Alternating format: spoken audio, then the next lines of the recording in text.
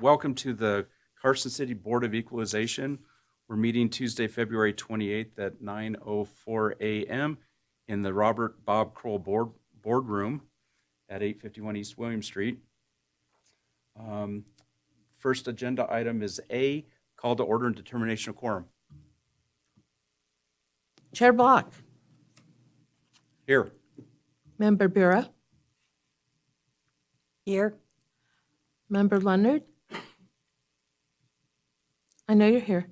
Member Wells. Member Wilson. Here. A quorum is present. Okay, item B, swearing in of witness and staff. I think we've already accomplished that. So on to item C. Yes.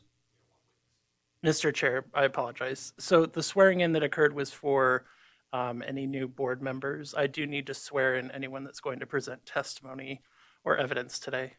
Okay. Go right ahead. So would anyone who's going to present testimony today please stand and raise your right hand?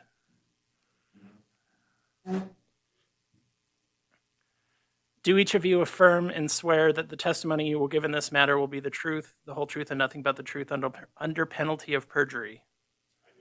Thank you. Okay, great. Thanks for that. And then we also have the assessor online right now. Is that Yes, he's having trouble hearing us. okay? I got it now. You got it now? Okay. Oh, no. Finally, he has some peace. Anyway, we have Dave Dolly online. On the agenda item C, public comment. The public is invited at this time to comment on and discuss any topic that is relevant to or within the authority of the Carson City Board of Equalization. No action may be taken on a matter raised under this item of the agenda. I don't see any public comment in the room. Do we have any public comment online? Okay, so on to item. Oh, hold on. Oh, Dave, you're right there. Welcome. Here, finally. So I apologize. Is there a way we can I turn Dave up apologize so we can all hear him? Can everybody hear me? Oh, We can hear you, Dave. okay. I apologize. I'm so sorry that I'm not able to be there. This is the first time that fortunately I'm sick, so I haven't been able to be there. I wanted to welcome everybody to the Board of Equalization again. As always, I want to thank you for your dedicated time that you actually spend. If it wasn't for you, then we. Sorry, my head's. I'm all discombobulated today, so I apologize. Anyway, I wanted to at this point. We have Jill Rasner is or was a member of our Board of Equalization, and she has been a member for quite a long time. And I wanted to take just a couple minutes just to say that, you know, I really think that she really went above and beyond, and we actually had a plaque that was made for her, and we wanted to do a presentation for her. She took a lot of time and really was dedicated to this board, and we just wanted to thank her for everything that she's done. And I'm sorry that she unfortunately can't be here today, but we are going to hopefully talk to her soon and give her the board or the plaque itself. I'd like to welcome Colette to the board. It's going to be actually a short meeting because we only have one stipulation and one appeal to be heard. But I do want to thank everybody for your dedication and the time today in hearing this appeal.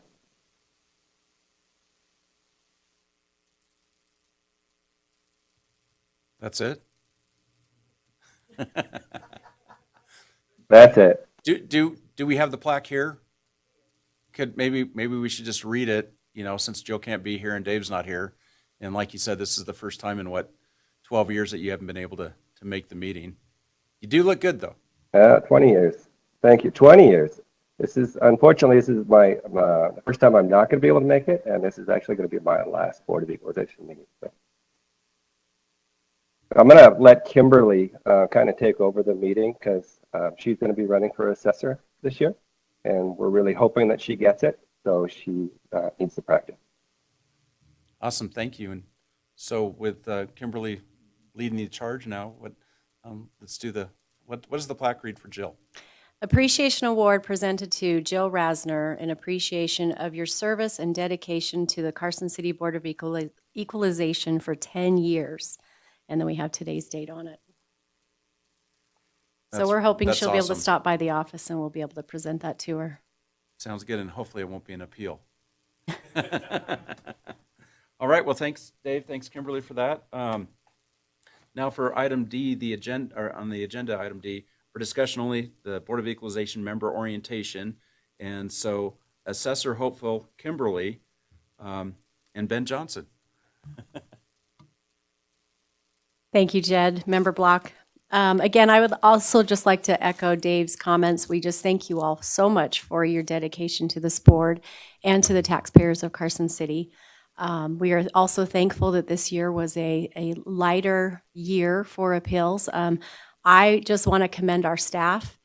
Our appraisers, Jeremy, Bryce, and Travis, have just been amazing appraisers, and they have gone above and beyond to really work with the taxpayers, explaining Nevada statutes and administrative code and how we, under the guidelines of the law, have to appraise property. So we couldn't have a better team right now. I'm just really, really proud of our appraisers. Ben, I'll turn it over to you, and you can go ahead and finish up with the open meeting law and so forth. Thank you. Ben Johnson, Senior Deputy District Attorney for the record. I'll try to keep this brief. So as the Board of Equalization, you're a quasi-judicial body, which means that unlike some of the other advisory boards and commissions in the city, the decisions that you make today can be appealed and may end up in court, including all the way up to the Supreme Court. So there's a couple things. It's important to make an accurate record. So for anyone that's new or unfamiliar with our microphones, please do make sure that that button is green when you talk so that it can be captured and recorded. As a body, you're subject to a few laws, including the open meeting law. And the main purpose of the open meeting law is transparency. Essentially, it's so that decisions that are made by this body or any body in the city are open to the public, which means that we make decisions, or you make decisions, that are on the record where the public can listen and participate. So that has a few requirements. You know, since you only meet once, maybe twice a year, it doesn't really come into play a lot, but it's something to consider. So the first is that you want to watch out for things called walking quorums. So say the agenda is posted last week and you're looking at it and you get to talking to another member. Well, that creates a problem because if you then talk to a third member, you know, essentially, even though you're not all meeting at the same time together, that can be considered what's called a serial quorum. So it's important not to talk to other members before the meeting, or if you're between meetings, say there's one meeting set this week and one next week, you don't want to talk about agenda items or business that might come before the Board of Equalization outside of the meeting. You know, even though you're not making a decision, those deliberations are important and the public has a right to hear those. And so that's why you should always, you know, keep your deliberations in a meeting. Don't contact each other outside of the meeting to talk about agenda items or anything that might come before this board. That doesn't mean that you can't socialize with each other. You know, for example, say you all happen to be at the same birthday party or you're all at the same event.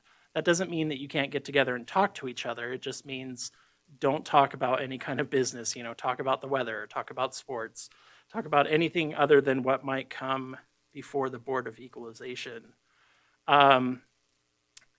There's also a couple other laws that apply. You know, you can't make decisions on anything that's not on the agenda. So if something were raised in public comment, you know, we can't make any decisions about that because it's not on the agenda, or if there's an agenda item and, you know, they want to take an additional step that's not agendized, you know, we can't do that. We have to stick to the agenda because that's notice to the public of what's going to be discussed. And if you go beyond that, then it's unfair to the public because they weren't aware that you were going to be having those discussions. In the future, there's a video on the Carson City District Attorney's website under the Civil Division. It's an open meeting law primer that our office presented.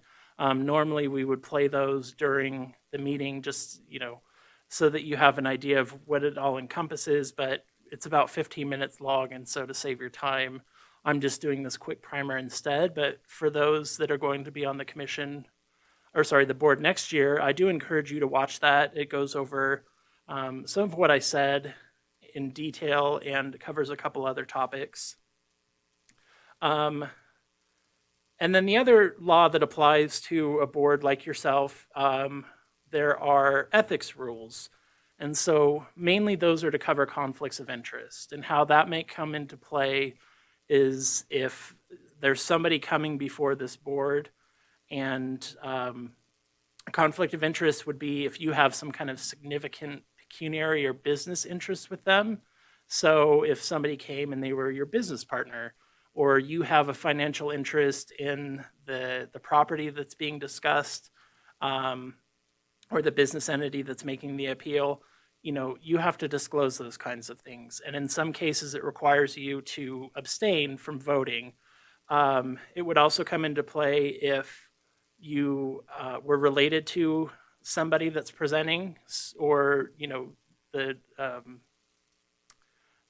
person that's making the appeal. So if it's a spouse, a member of your household, or a relative within the third degree of consanguinity, and it gets a little complicated, but essentially, your grandparents, your brothers, your sisters, your parents, your children, cousins, things like that. So if you know somebody that's going to be presenting or is somehow related, you want to let me know prior to the meeting.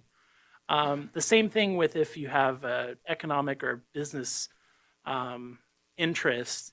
I would encourage you to take a look at the agenda when it's posted. If you realize that you might have some kind of conflict, let me know. It doesn't necessarily mean that you can't participate, but what we do require is that you make some kind of disclosure statement prior to the agenda item that says this is what the conflict is, and whether or not you can vote. If it's a disqualifying conflict, it's basically somebody that we use the reasonable person standard. So if a reasonable person would view this as a conflict, then you should abstain from voting. But you don't always have to. So that's why it's important to, get to me as soon as you can, or whoever the deputy district attorney may be at the time. And we can help you craft a disclosure statement that says what the conflict is. Many times we just have to put it on the record that there's a conflict or potential conflict, and then you can still participate. It's just more about that openness that goes back to the purpose of the open meeting law, where we just want to do everything that's transparent.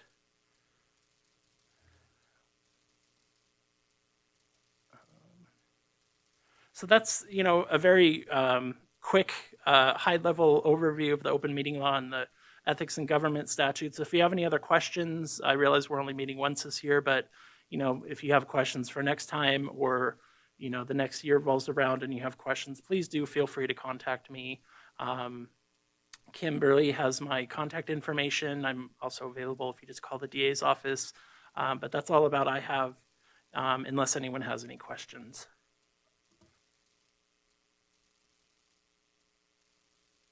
Any other questions? Kimberly, do you have any input that you would like to add at this point in time? I have nothing to add to what Ben has shared. We do have a change in the agenda. We have one appellant that has withdrawn, and that is case number 2022-000009. That would be the Lowe's property, parcel number 004-01227. They have withdrawn. Okay, great. So that was agenda item E. So now to agenda item F for possible action, hearing, discussion, and possible action regarding review and approval of stipulation agreement for Assemblies of God Loan Fund 1600 Snyder Avenue, APN 010-221-19, case number 2022-000010. And we'll go to the assessor's office for that.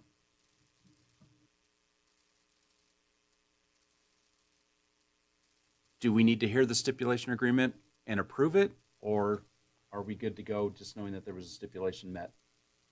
We need to hear these details of the case, and then it'll be up to the board to finalize that stipulation.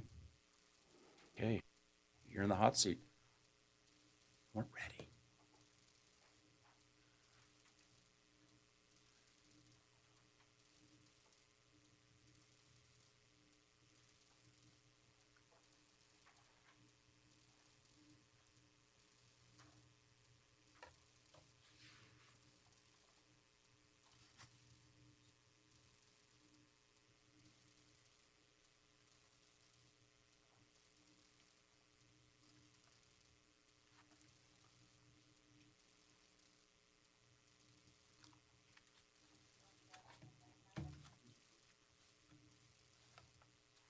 Okay, this will be appeal case number 2022-000010, parcel number 010-221-19. The property owner is Assemblies of God Loan Fund. Our appraisers met with the property owners and stipulated a decrease in valuation, reducing the value from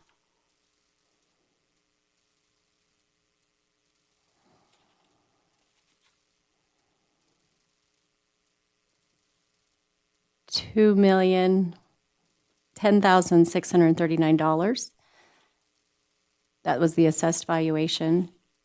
And the proposed deduction would lower that value to $1,872,698.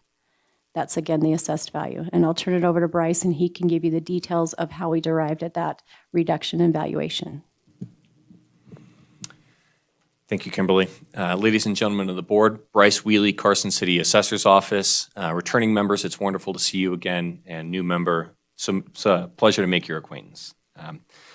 The appellant requested a reduction in value based on condition of the property and prevailing economic conditions for the subject property. It had been vacant for a number of years, and in light of equalizing land values throughout the area, their value had actually increased from the prior fiscal year, 2021-2022.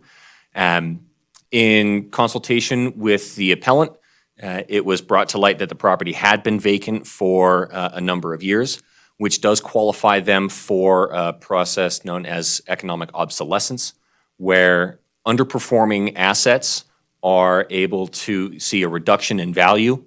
And so in consultation with that appellant, we decided, we were able to agree to an 8% reduction in the taxable value of all of the structures on the subject parcel to bring our value in line, closer in line, and actually slightly below the previous fiscal year's taxable valuation and their requested return to that value. And so we do move in the gross taxable dollars from $5,744,684 to $5,350,000, $350,566. And that is reflective of the reduction in the taxable value of the buildings on the parcel. Okay, great. Does anybody on the board have any members for staff? Okay, without seeing any members, is there any public comment on this? I don't see any public comment either. So I'd like to entertain a motion to approve the stipulation reached by the appellant and the assessor's office. Second. I'm sorry, who moved? Okay, well, I guess I'll restate that. I make a motion to approve the stipulation agreement between the Assemblies of God Loan Fund and the Carson City Assessor, appeal number 2022-000010. Do I have a second? Second. Okay, we have a motion and a second. Any discussion on the motion? Seeing none, all those in favor signify by saying aye. Aye. Any opposed? Seeing none, motion carries. Thank you for the assessor's input there. Now on to agenda item G for possible action, hearing, discussion, and possible action regarding petition for review of assessed values of J&O Nevada LLC, 3006 North Roop Street, APN 002-754-01, case number 2022-000011. To the assessor's office. Good morning, Board. Travis Haslam, Carson City Assessor's Office for the record. The subject property is a 1.46 acre commercial property. For the 2022-23 fiscal year, the Carson City Assessor's Office has parcel number 002-74-01, land taxable value at $1,017,562, and with the improvements at $648,768 for a total taxable value of $1,666,330.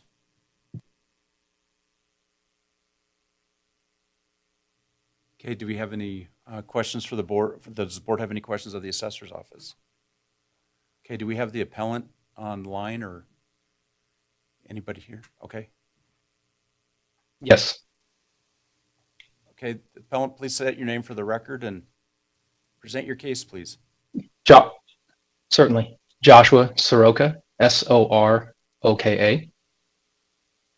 And in regards to the appeal case 2022-000011, in reviewing the assessed value for the fiscal year 2022-23, it was identified that the land value via the cost approach at $1,017,562, which is equivalent to $16 per square foot. Mr. Chair, I'm sorry? I apologize. Ben Johnson, Senior Deputy District Attorney for the record. Mr. Soroka, were you sworn earlier as a witness? I did stand and say I do, but I can do that right now as well. Oh, that's fine. Just as long as you did it, I want to make sure that it's on the record that you were sworn. Thank you. Sure, I believe I was on video as well.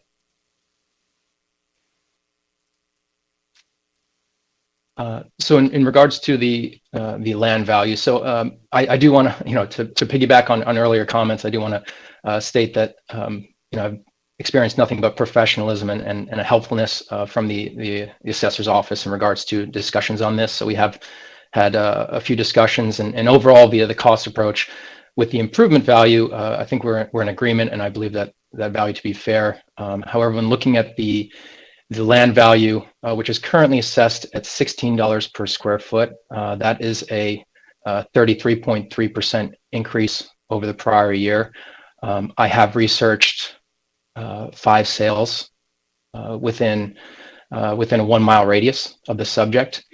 And in doing so, I found a range of, $8 per square foot of land to $16 per square foot of land, with an average of $10.32 and a median of $9.40. Most notably, one of those sales was 680 Hot Springs Road, which is, across the street from the subject property. Notably, it is across Hot Springs Road, which has inferior traffic counts as opposed to Roop Street, but it was a 1.97 acre site versus a subject at 1.46 acres. I spoke with the listing broker of Hone Realty, and in discussions they did openly market that subject, and she believes that it sold for market value, and that sale price was at $9.15 per square foot of land. In taking into consideration that sale, as well as the other sales that are available, notably the high end of that range at $16.14 is 1637 College Parkway, which is located right off an exit ramp along College Parkway, and is a superior in terms of location, especially in consideration of the use of the site for fuel station and convenience store. And that sale, which appears to be the greatest support for the assessor's land value, is in terms of my sales within 1 mile, the high end of the range, and also it's 34% smaller with superior visibility. So I believe in giving consideration to some of those. That site is at just under 1 acre at 0.96 acres versus ours at 1.46 acres. That it would be a price per square foot below that and above the sale that was adjacent to the subject at 680 Hot Springs would be more reasonable indication of land value for the subject. So in doing so, I have concluded it at a land value of $9.75 per square foot of land. In trying to better understand the land value that was applied to the fuel stations, it was noted that there is some uniformity in regards to the land values across gas station sites within the county. With regard to that, it is notable that the subject is more removed from an exit or on ramp for 580 or any other large interstates and freeways. And with that taken into account, the uniformity of using that versus opposed to the location of the subject, we believe that a location adjustment would be warranted for the subject at a more reasonable value as opposed to the $16 per square foot. And one notable indication that I identified in my research was again speaking with the listing broker of 680 Hot Springs Road. There was most recently a property under contract that was at Interstate 580 and Route 50, Lincoln Highway, East Williams, that fell out of contract for a Circle K fuel station site at $17 per square foot. So in regards to sites that are more proximate to exit and on-ramps, that price at $16 per square foot may appear more reasonable. However, for the subject that is more removed from those interchanges with lower traffic counts on a street-by-street basis, then we think it is our opinion that the land value at $9.75 per square foot is more appropriate, which is equal to $620,000 in total.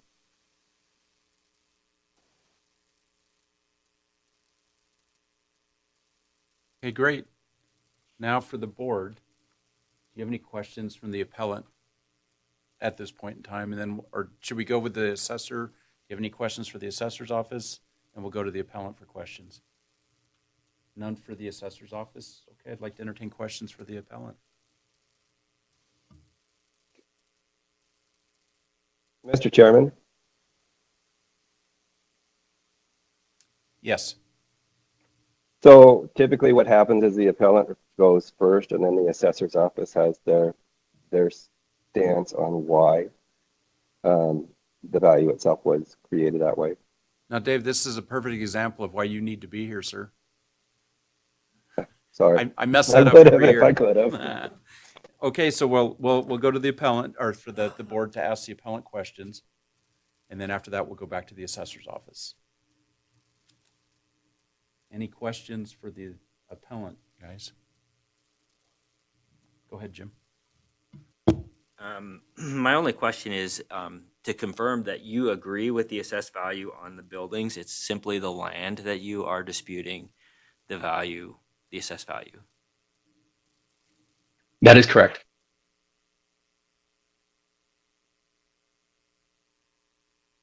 Any other questions for the appellant? Questions for the assessor's office? Well, I have a question. Hold on to your hats. Looking at the price per square foot, if we eliminate the sale of the Adele's property at $62 a square foot, the average would be about $12 per square foot, 11.995 of per square foot. It's it would seem more reasonable to me to take an average of the 4 cells versus the one that obviously there was the deal between Jackpot and Chevron and everything that went on, that even at $12 a square foot, that land value at the time of that purchase was probably $211,000, and it sold for $600,000. You've got a major discrepancy, and you have somebody that had deep pockets and wanted that land pretty bad. Should we be using that high value to come up with the average of $22.12 a square foot for land versus what an average would be of $12 per square foot? Travis Haslam for Carson City Assessor's Office. That sale is not given the most weight. It is used because it is reflective of they used to expand an existing gas station. So there's some data to be extrapolated from it. Not all the weight in the world given to it, though. Does that help answer? Well, I think so. Even using that, it takes the average from $12 a square foot, a little over $11 a square foot, up to $22 a square foot, because you've got $64 a square foot. I mean, they wanted it really bad. Obviously, they want it to expand, but then again, there's zoning and everything else that's involved in that. But removing that number, that anomaly, if you will, wouldn't that give us a better sense of what is an equalization with the other properties? Chairman Block, if I may, if Mr. Haslam can go ahead and present the rest of his case, maybe those questions will be answered in its entirety, if that would be okay with the board. Certainly, I thought he was finished with his testimony, so my mistake. That's okay. Thank you. Go ahead, sir. All right, Travis Haslam. So I want to give a little history on some of those sales that Mr. Soroka is talking about. When it comes at 680's Hot Spring, granted it is adjacent to the subject property, as the assessor's office goes, we sent out a questionnaire regarding the transaction, never received it. So we cannot deem that a true arm's length transaction and use it to set land values. Same with one of his sales at 1637 College Parkway. We do not use those vacant land sales for potential use. We use them as vacant land sales. And that is very reflective of where the subject parcel sits. So we gave that one the most weight in regards to setting land values, especially in that area. It is in close proximity also. Let's see.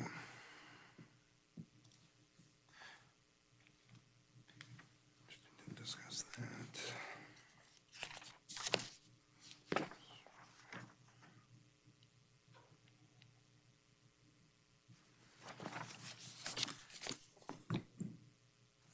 Since we're not discussing improvement values and we've come to understand each other's side on that, I want to get to the part of the equalization and how that neighborhood in which gas stations exist in Carson City and why we have them at $16 a foot. If you go to your late evidence, we'll go to page 2. Underneath the bullets, it'll be the second paragraph. Citing NAC, we will jump to 361624, which will be on page 3 of your late evidence. Now, as that reads to us, duty to equalize within geographic vicinity, whole county limitation on adjustment of results of cyclic reappraisal. The County Board of Equalization shall seek the taxable valuation within geographic vicinity of the subject property, as well as the whole county. Unequal valuations resulting solely from the effect of cyclic reappraisal authorized by law does not justify adjustment to valuation. As commercial values were slightly neglected for a few years through Carson City across the board, we have time to dive into them, and we were able to make more clear, concise neighborhoods, and we did that with gas stations. They were out of the equalization over this past year. We have brought them into equalization across the county. And that's where that $16 a foot comes from.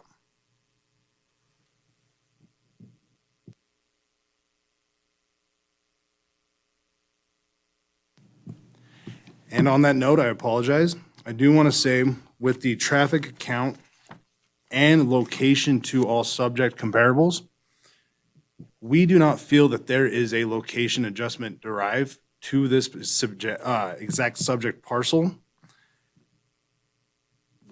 I'm just going to end on that note. So,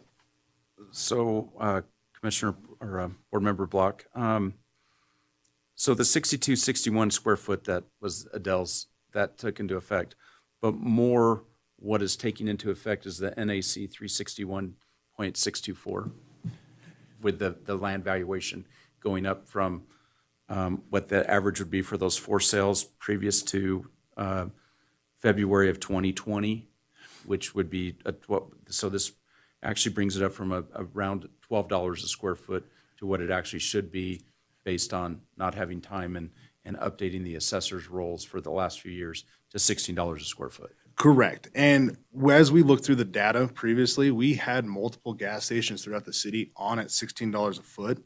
So as equalization go, as we understand, our land values in Carson City have been appreciating.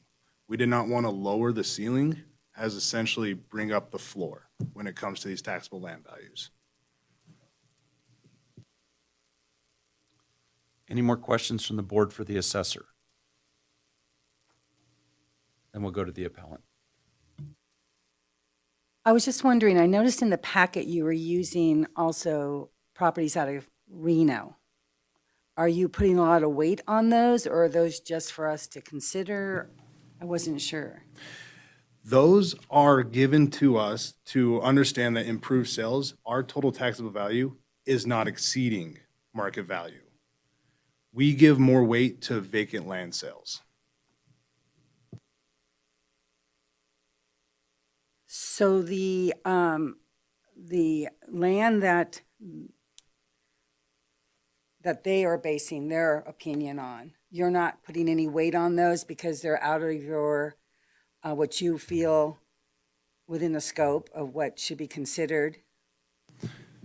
Yes, because we would prefer using only vacant sales in Carson City and within the permittable date range. We would not want to use Washoe County or any other adjacent counties in that matter. And then regarding this,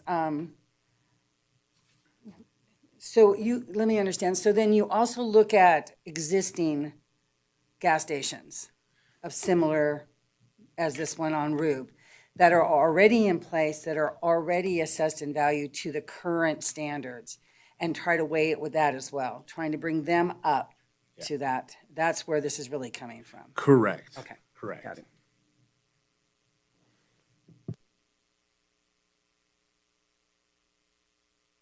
Any more questions of the assessor? Okay, Jim? So you're saying that gas stations in Carson City, the vacant land associated with those throughout town, no matter what the location, is averaging around $16 per square foot for vacant land, for the land value of those? Bryce Wheely, Carson City Assessor's Office. So speaking actually as the person who took the lead on setting commercial land values for this year, the data that we had indicated that it was a rising market, and based off of, maybe it is an imperfect data set, but based off of the data set available to us, we were not able to derive an adjustment for location. So it may be intuitive that a lower traffic count location would be less desirable and less valuable than one that is, for example, fronting onto Highway 50. However, we did not have data to be able to support that intuition. And so based on that lack of data, we don't have a justification to apply a negative modifier to reduce value.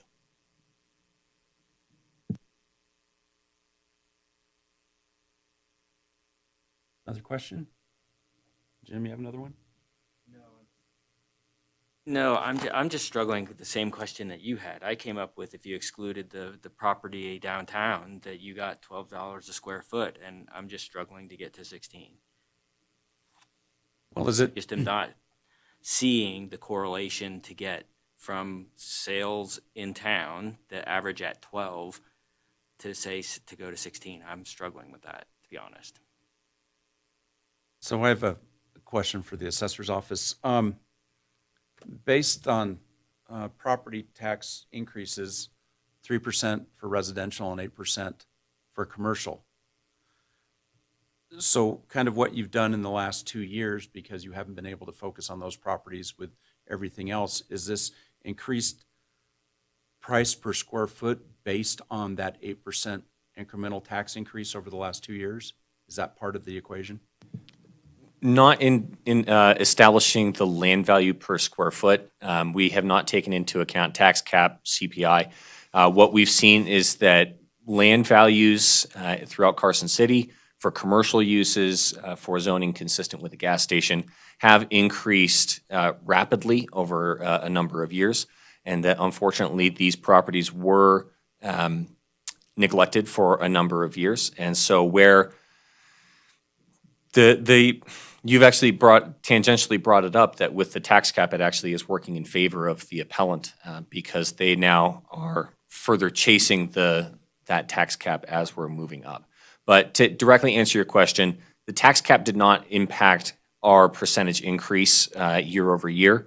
Equalization was the guiding principle that we were following in setting land values at a base value of $16 a square foot for gas stations throughout Carson City. Because we had already had an established ceiling by numerous other locations in town, and that we saw that appreciating value year over year. And based on previous guidance that we've received, we do not have the authority to phase in increases in value year over year. We brought the neighborhood as defined by use into equalization at $16 a square foot. Go ahead, Jim. Mr. Chairman, if I could make one comment real quick. Yes? Okay. I just wanted to clarify real quick. The Carson City Assessor's Office did not neglect or did not have time in order to analyze the commercial property or commercial land values.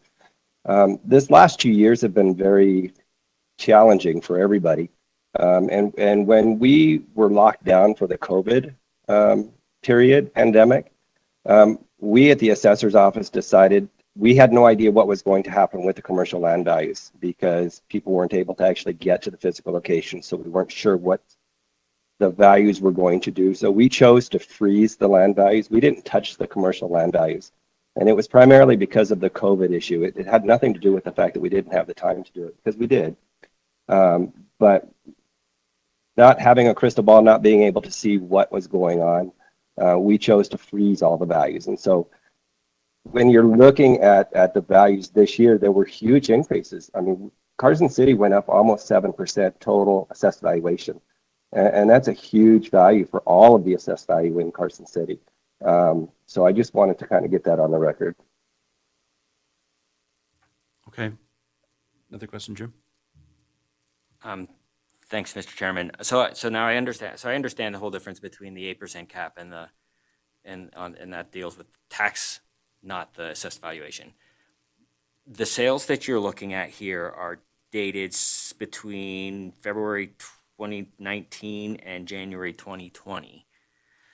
And the sales that the appellant is using are similar, look like they're in similar date ranges, maybe a little earlier, but similar date ranges. Are you saying that now those vacant lots have more of an assessed value in the $16 range as opposed to the sale price that they had a year and a half to 2 years ago? Travis Haslam. Those three out of those, three of those sales brought by the appellant are out of the permittable date range per NAC. So those can't even be discussed when it comes to setting the land values for this current fiscal year. He does have one, 909 Retail Way.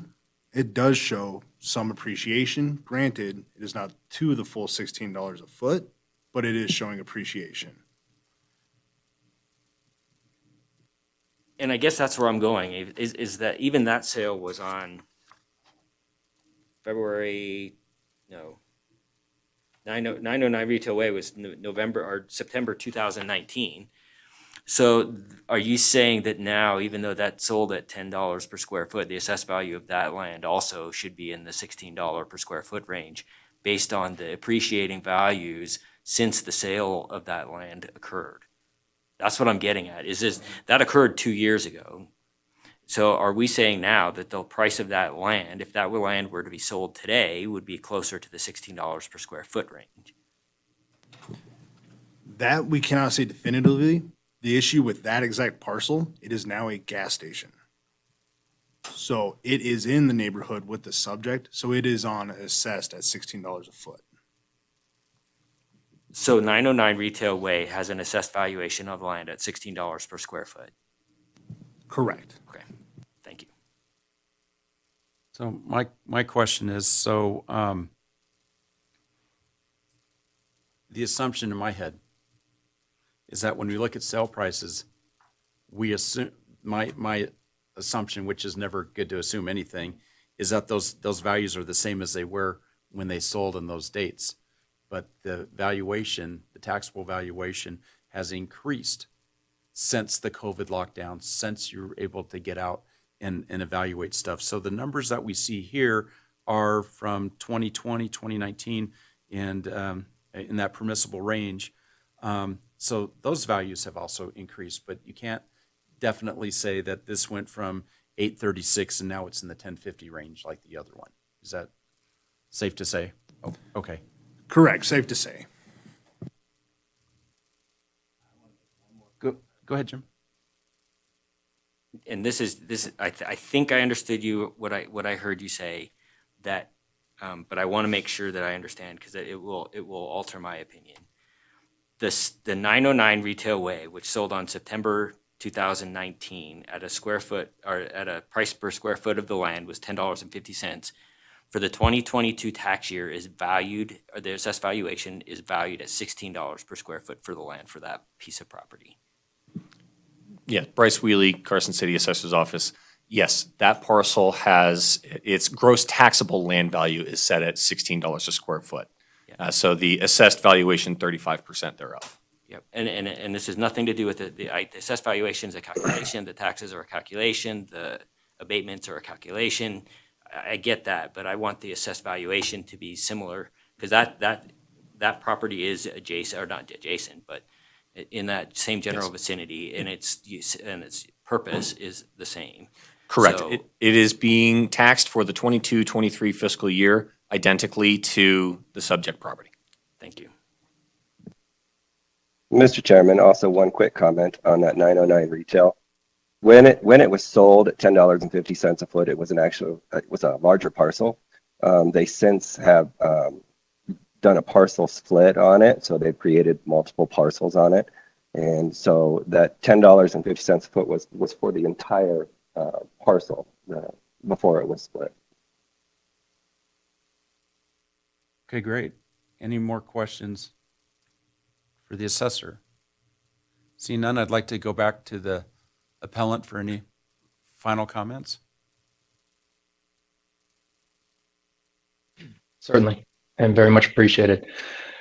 So back to the sales that were utilized, by the assessor, I believe it is, excuse me, accurate to take weight away from that first sale at 1112 North Carson Street. So as we all know, is an assemblage, which a lot of times can have a plottage increment present in there, which would lead to a premium being paid. More so is with land values, once you start to get under that 1 acre at 0.22 acres for that site, the economies of scale start to get a little bit out of whack. So you see that 62.61. So by acquiring that site, they now have an entire city block. So there is also some value to be had with that. So that does kind of point to the use of, or the average that you're then seeing from there.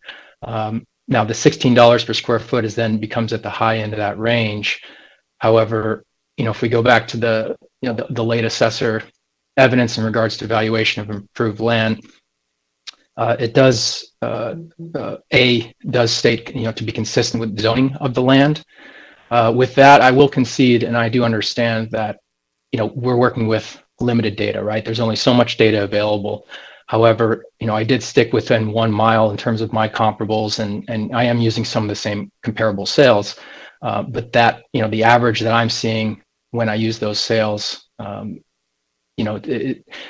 reason that we're here right now is just being at the high end of that range. So even noting with any appreciation that may have occurred, post-pandemic, I don't see any sales that have occurred post-pandemic to indicate that there has been any of the appreciation being discussed. So I'm hesitant to apply any of that.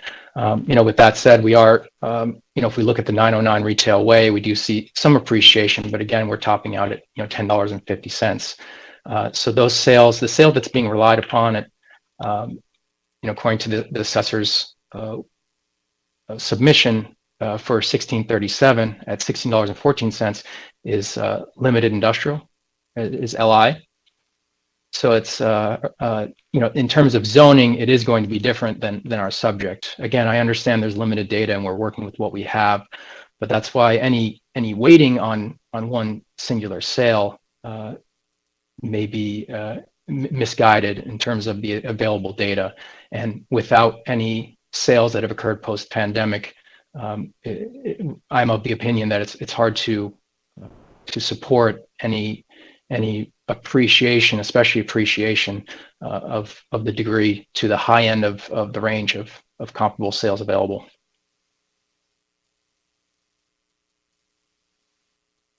So I have a question for you, the appellant. So even if we take 11, Certainly. 12 out of the equation, the average of the other four sales that happened over 2 years ago or more in that acceptable range, the average of that is $12 per square foot, and you're contending that your land value should be $10.50 a square foot. Did I hear that right? Yeah, I think our original conclusion was actually at $9.75, giving most weight to that 680 Hot Springs. But again, we understand we're working with imperfect data and consideration for the entirety of the sales without weighting anyone without similar zoning and planned use would be within reason. Okay, because it looks like to me you're talking about $16 a square foot as the high end. And when I look at Right. what you're talking about, $10.50 a square foot is on the low end. That'd be a fair statement. That's correct. Yeah, I would think so. Okay, does anybody have any more questions for the appellant? Everybody's thinking. Colette, go ahead. So again, I'm trying to I'm a realtor, so I'm wrapping my brain around all of this because we apply obviously a different standard when we go in and we base value. But I think what I'm trying to understand here is that the appellant has been paying less tax than actually he should have for the last several years, in that he hasn't been moved up incrementally the way he should have for various reasons.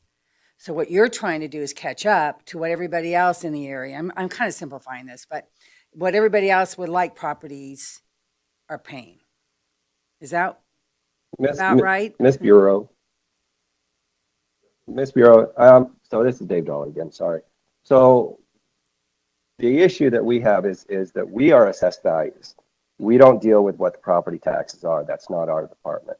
What we try to do is we try to equalize the values of the property in Carson City to determine what the market value. By law, we have to be under market value for the land. And so what we're trying to do is we're trying to equalize the land values for the same type of properties.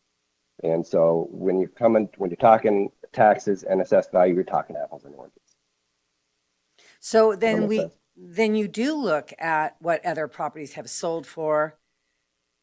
That does play a big part here, not just trying to catch up, Correct. Member Other Barrow? like properties, like properties. similar types of properties.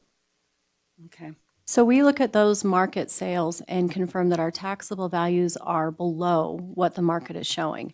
If I could add, is it 2 years or 3 years ago, we went live with a new data system.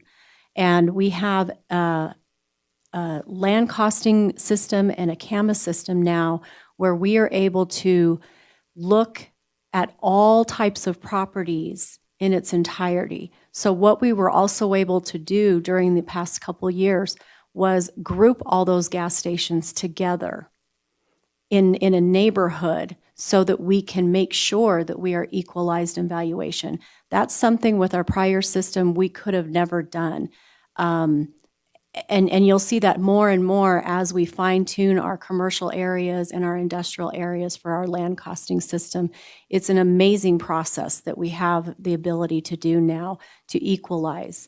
Where prior we may have had values on this side of Highway 50 that were possibly at a different value than across the street because across the street was in a different parcel book and pages. So it was very difficult on paper for our appraisers to establish equitable land values for 20+ thousand parcels, where now we are able to streamline that process and develop neighborhoods for like-type properties.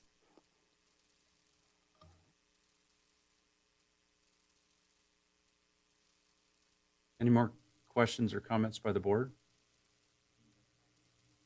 Okay. Jim's formulating a question. So there's another gas station in that neighborhood, and it's a couple of parcels down from the land sale, or the number 3, the comp number 3.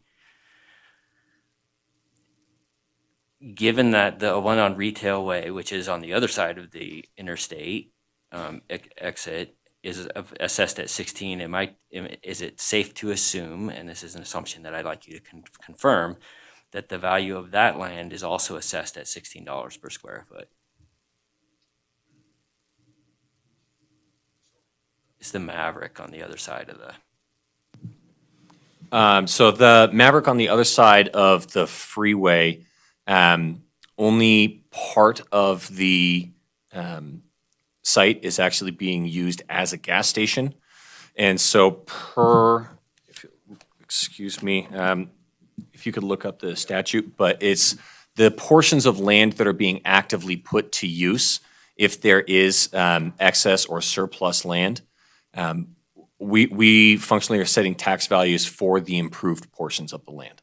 And so that excess value from the extra land that is not being put to any use has minimal value. So the Maverick across the freeway is getting a size reduction proportionate to the portion of the parcel that is being put to use, which is, if memory serves, about 50% of the total parcel Right. is being used. Yes.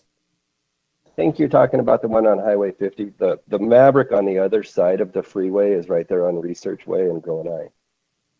Oh, okay. I'm misremembering my Mavericks then. I apologize. Yes, there are only a couple of gas stations in town that are not currently at $16 a square foot. And that would be the very large Maverick with the excess land, as well as I think one more that escapes me right now. But as a rule, every gas station in town is currently being taxed at $16 a square foot, or it has their value set at $16 a square foot land. And if I may interject, just because there has been a little bit of discussion and related to that topic, the Retail Way sale, which Dave did mention has been subdivided. If we apply that same principle to that parcel of only setting $16 a square foot to the portion that is currently being used as a gas station and compare that to the sales price, we're actually very close. That $1.5 million sale applied to the 2.32 acres that is currently being used as a gas station comes to $15.61 a foot. So puts us very, very close to that taxable value. Just for my clarification, so the excess land that's not being used, there would be some sort of economic obsolescence applied to that portion, which would reduce the whole value of the entire property? Similar percentage reduction, but it is technically a separate vehicle other than economic obsolescence. And so we've applied that as a contributory value to the land cost itself. Okay, great. Any further questions? I'll go back to the appellant for any final comments. Mr. Dolly, seems like you have something on your mind.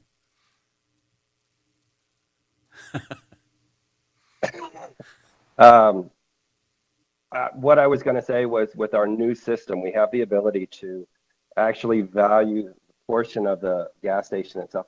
I'm a hand person, I guess. We're able to actually value the portion based at one value and the excess land based at another value.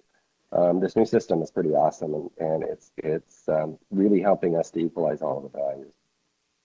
But there is no economic obsolescence on land. You can't apply economic obsolescence on land itself, only improvements. See, there's another reason why you should be here, Mr. Dolly. Just letting you know. I appreciate that. And so, does that conjure up any other questions? I'd like to go to the appellant for some final comments before we make a motion. Sure, and thank you. With regard to the that 909 retail way with the $1.5 million sale approximately, looking at that based upon only the square footage that was used for gas station, I think is overstating the value just in that regard, because if there is any value to that excess land, I actually was curious when it was brought up about the economic obsolescence. Well, within the appraisal world, there can be economic obsolescence, although very rare on land. Just hearing that would seem to preclude any appreciation post-pandemic if there's no additional value attributed to that. But otherwise, that's the final comments.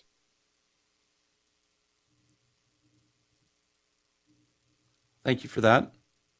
So now I'd like to entertain a motion.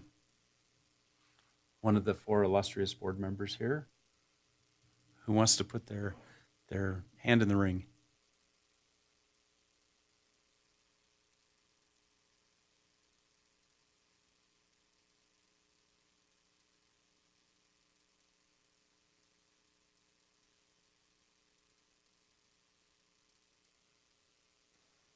If I may make a suggestion, By all means.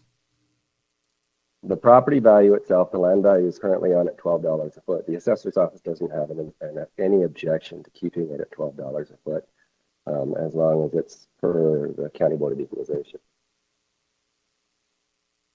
As long as it was what, Dave? I missed that last part. That you'd be okay? As long as we can show that we've equalized the property. The Board of Equalization came in and said, we believe, based on the current data that was provided by the appellant, that the value is actually $12 a foot. We don't have any problem with keeping it that. Okay.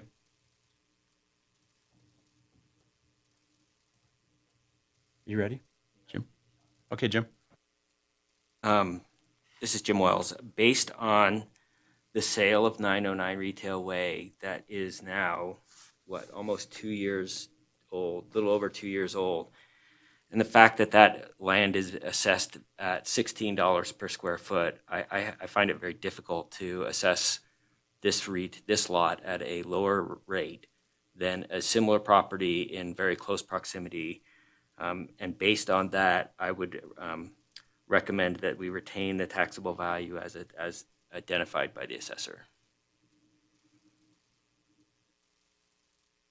Okay, we have a motion. Do we have a second?